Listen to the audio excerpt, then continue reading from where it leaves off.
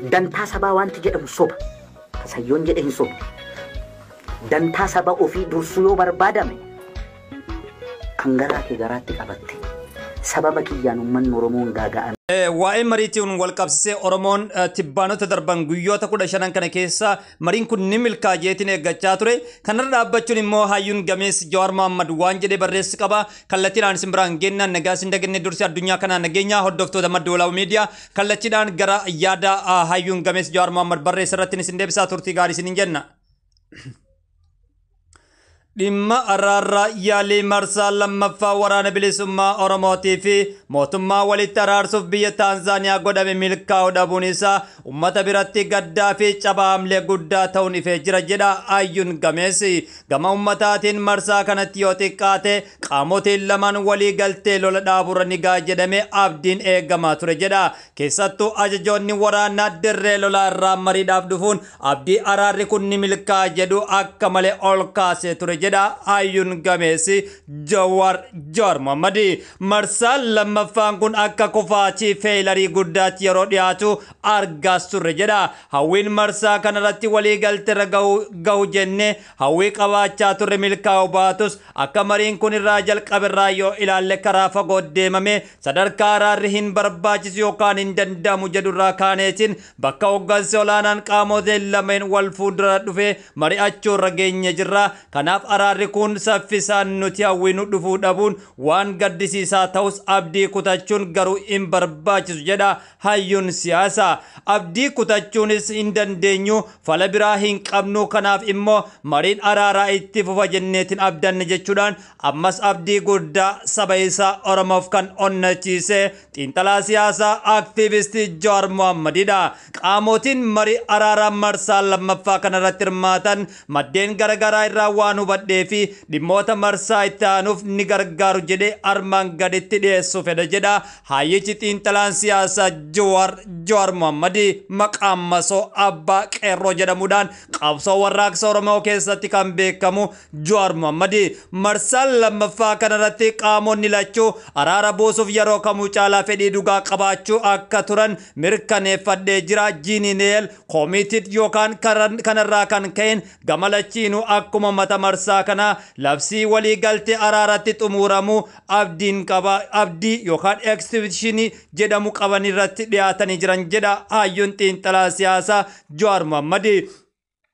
Hirmaattonni hundumtinuu waraana bilisummaa Oromoo mootummaa fi jaarsoliin abdii araaraa xumuran qabaatanii waan dhaqaniif bakka yaadan ga'uu dhabuun isaaniitti miira dallansuu kan seense jedha hayyuun siyaasaa kuni. Sababa kanaanis mariin marsaa itti aanuutiif bifa karra saaquun osoo hin goolabin addaanis ba'anii jiran jedha.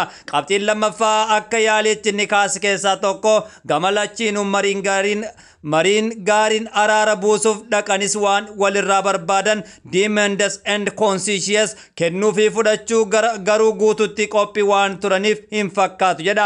Marsaa tokkoffaa irratti waan walirraa barbaadan walirraa hubatanii addaan ba'anii marsaa lammaffaa irratti ammoo waan waliif kennuu hin dandeenye no starter ta'anii waan addaan baafatan fakkaata jedha xiinxalaan siyaasaa obbo Jawaar Mohaammed. Kanaafuu yoo wal dhibdee kana nagaan furuuf ammas murannoo qabaatan hojii itti aanu qaamoleen lamaanuu wantoota gamni kaan akka guutuuf gaafatan fooyyessuun dhiyeeffachuu modifying demands qophaa'uu qaba jechuudhaan afaan Ingiliffaatiinis itti dabalee jira.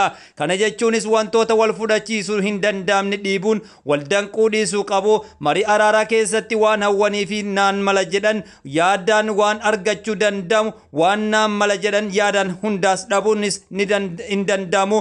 Qaamni lachuu jiddu galeessummaatiin akka dhuunfatan barbaanna jedhanii jiran hayyuun gameessi Jawaar Mohaammed. Sababbiin guddaan araara danqaa jiru wanti walirraa barbaadan addaan fagaachuun natti hin fakkaatu. Danqaan guddaan wal amantaa dhabuu trust Seenaa hariiroo qaamota lameenii adda aadaa siyaasaa biyya keenya irraa ka'uun yoo ilaallu wal amantaa dhabuun isaanii waanuma eeggamu jechuudhaanis dubbatee jira xiinxalaan siyaasaa. Qaamonni alaa kun kan barbaachisaniif rakkoon kun waan hubatamuu fi araarsitoonni kunniin qaamolee lama waliigaltee araaratti ga'uu qofa osoo hin taane hojiitti hiikuuf yookaan implementeeshin waliigaltichaasiif mirkaneessuuf akka itti gaafatamummaa akka fudhatan waliigaltee keessa galchuun rakkoo wal shakkii kana fooyyessuuf fayyada jedha Jawaar Mohammad. Qaamonni keessaa alaa araarri ni dhufa jedhanii goddaa turan amma immoo fashalaa'e jechuu gammachuun burraaqaa jiru. Diinonni keenya ammumarraa kallattiilee adda addaatiin gammachuu isaanii ibsataa jiru. Mariin marsaa bira akka hin qindoofnee fi danqaa uumuuf shiiratti seenaa jiru. Hogganni waraana bilisummaa Oromoo fi mootummaan ammas ejjennoo dubbii karaa nagaa furu yoo qabaatan qaamonni nagaa hin barbaanne kun luuxanii akka hin seennee fi qaawwa hundaa itti cufuu qabu. Dabalataanis gochaa fi jechaan carraa marsaa itti aanu dhiphisu yoo fageessan irraa of qusachuu qabu jechuudhaan kunis olola gama miidiyaa fi olola dirree irraa hammeessuu dhaabuu dabalata jedhee jira hayyuun siyaasaa Jawaar Mohammad. Hamman hubadhetti jechuudhaan Jawaar Mohammad eeyyen hamman hubadhetti deeggartoota gama lamaanii irraa duulli dha'ii cabsii barbadeessi waggoota darbanii hedduu irrachuun yaadni araaraa deeggaruu fi hawwiin nageenya akka bu'uuf qaban yeroo kamuu caalaa guddatee jira. Ammas yaaliin marsaa lammaffaa milkaa'uu dhabuu isaatiif gamaa gamanatti quba akeekuun olola wal madeessuu miidhaa malee faayidaa akka hin qabne hubatuu qabu jechuudhaan dhaammatee jira. Kan fayyadu gamni of eegee deeggaraa mariitti deebi'uun waan eeggamu akka kennuu fi jajjabeessu dhiibbaa gochuudha jedhee jira hayyuun kun. Dhumarrattis waan hubatamuu qabu tokko jira jedha hayyuun siyaasaa Jawaar Mohammad. Kunis marii araaraa kun bu'aa dirree lolaa yookaan beetelfiildii miti qaamni wal lolu lama marii araaraa kana ta'uun haala lama keessatti kana dura garee tokko dirree lolaa irratti olaantummaa guddaa argachuun injifannoo yoo dhiyaatee fi gamni kaan guutumatti mo'atamu dura araaramuuf yoo murteessudha jechuudhaan bifa tokkoffaatiin yaadessee jira. Gama lammaffaatiin immoo jedha marii araaraatiif kan nama dirqu keessaa gama lammaffaatiin gareen lachuu lola yeroo dheeraa booda wal injifachuu yoo dadhaban jechuudhaan murtii lammaffaa irratti yaada isaa dabarfatee jira. Garuu jedha lolli waraana bilisummaa Oromootiif mootummaa jidduu godhamaa jiru bakka wal injifachuus ta'e wal dadhabuu hin geenye yeroo gabaabaa keessa sadarkaa san waan ga'us natti hin fakkaatu. Mariin kun dhufee dhiibbaa ummataa fi hawaasa addunyaatiin keessattuu xiyyeeffannoo hawaasni addunyaa biyya keenyatti nagaa buusuuf agarsiisan kan hin eeggamnee fi carraa guddaa ture jedha. Xiyyeeffannoon hawaasni addunyaa saffisaan jijjiirama kanaaf yeroo dhimmi keenya xiyyeeffannaa argate kanarratti ariitii fi gamnummaan itti fayyadamuun barbaachisaadha. Carraa kanatti fayyadamuu dadhabnee qisaasana garuu yeroo dheeraadhaaf gaabbuuf teenya kanaaf ammas of duba deebinee of ilaaluu qabne jechuudhaan yaada isaa kan dabarse Jawaar Mohammad. Egaa yaada Jawaar Mohammad fuunee kallattiidhaan isin biraan gaa turre yaada Jawaar kanarra dhaabbachuudhaan namoonni adda addaas yaada isaanii barreessanii jiranii yaada isaaniis immoo kallattiidhaan kan isin biraan geenyu ta'a. Turtii gaarii isiniin jenna.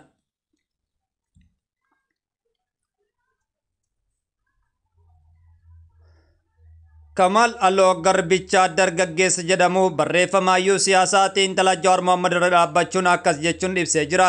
Jawaar Mohammad ati akkuma duraa si beekuu turte ammallee haamleen kee tokkummaa saba kanaaf bakki siin malu keessa araaraa fi tokkummaa ilmaan Oromoof carraaqaa jiraachuu kee barruu kee irraa hubadhee jira jechuudhaan Kamal Aloo ergaa isaa dabarfatee jira. Isa deengadda gamalachurraa bahee yeroo ibsa eeggadda gama lamaan irraayyuu bahee yeroo dubbisu hedduu haamleen tuqee jira. Hedduus uummata Oromoo kan dallansiise barruuleen kun jedha.